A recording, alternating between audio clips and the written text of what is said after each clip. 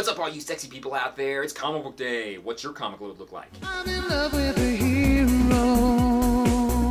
I'm in love with the one who will. First up for me, I got Generations Miss Marvel meets Miss Marvel. All of the current Marvel Generation titles that have been coming out have been having some sort of timey-wimey thing take place where the person who is currently holding a title is meeting up with the person who used to have that title. And all of them have been fairly cute, and most of the stories are just standalone stories. This is the same case with this issue too. Kamala Khan is the current Miss Marvel who's holding this title. And even though she's met up with Carol Danvers many times in the past, she was always Captain Marvel at that point. So seeing her hold the title of Miss Marvel, meeting up with the current Miss Marvel, was still kind of awesome. Venom issue number 154. This entire issue, we're seeing a lot more from the perspective of the symbiote. Which this isn't the first time this has happened, but still I find it always interesting to see what's going on in the symbiote's brain. Although I don't really know if it has a brain, but you know, like kind of how it thinks and everything. It is trying to understand human culture and also still maintain being a hero. Being with Eddie Brock again, it's doing the whole anti-hero kind of thing, but still leaning towards being the heroic side. Journey to Star Wars, Captain Phasma, issue number 2. In the previous issue, we found out how Captain Phasma escaped the big destruction that happened at the end of the Force Awakens movie. However, another trooper knows that Captain Phasma was held up at gunpoint and lowered the shield so that General Organa's fleet could come in and destroy the base. So in this issue, she's chasing after that person to try to cover her tracks. And this is leading down an entire new adventure, and it's given me a lot more respect for Captain Phasma. Nightwing, issue number 29.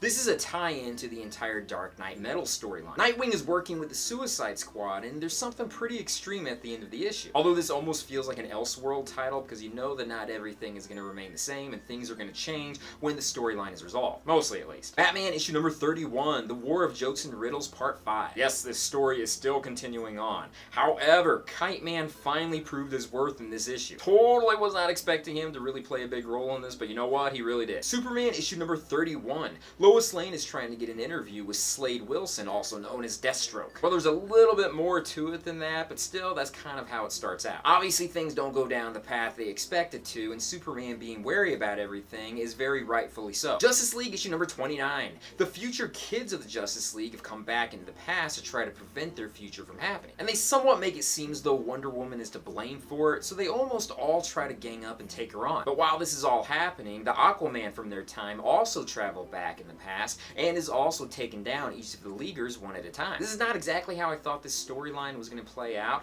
but still seeing the son of Wonder Woman take her on was pretty awesome. Finally, I read Wonder Woman Conan, issue number 1. This is a crossover between DC Comics and Dark Horse. This is only the first issue, but this issue was based much more on Conan rather than Wonder Woman. There's obviously not a lot revealed up to this point, but it does seem as though Conan and Wonder Woman knew each other as children. But this may not be the same Wonder Woman that we're all thinking about in the DC universe. This could be possibly another Wonder Woman from an alternate universe. She's missing some of her memories and some of her abilities. Even though she is a badass, she still doesn't seem to be a superpowered being. So there is a lot of mystery about everything that's going on, and I'm sure it's going to be unraveled as the series unfolds. I personally thought it was awesome. I love Conan, and I really love Wonder Woman. So seeing her in a more barbaric kind of look, I felt that was great. Plus, you just know they're going to have to duke it out at some point in the future. Being that Wonder Woman is limited in her abilities, it's much more evenly matched, so it could be an interesting fight. But that is it for my comic load for this week. What did you guys get? Leave comments down below and let me know.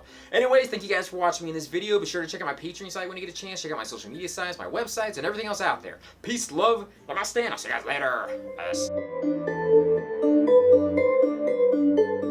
As far as I'm aware of, there's never been an official crossover with Conan and He-Man.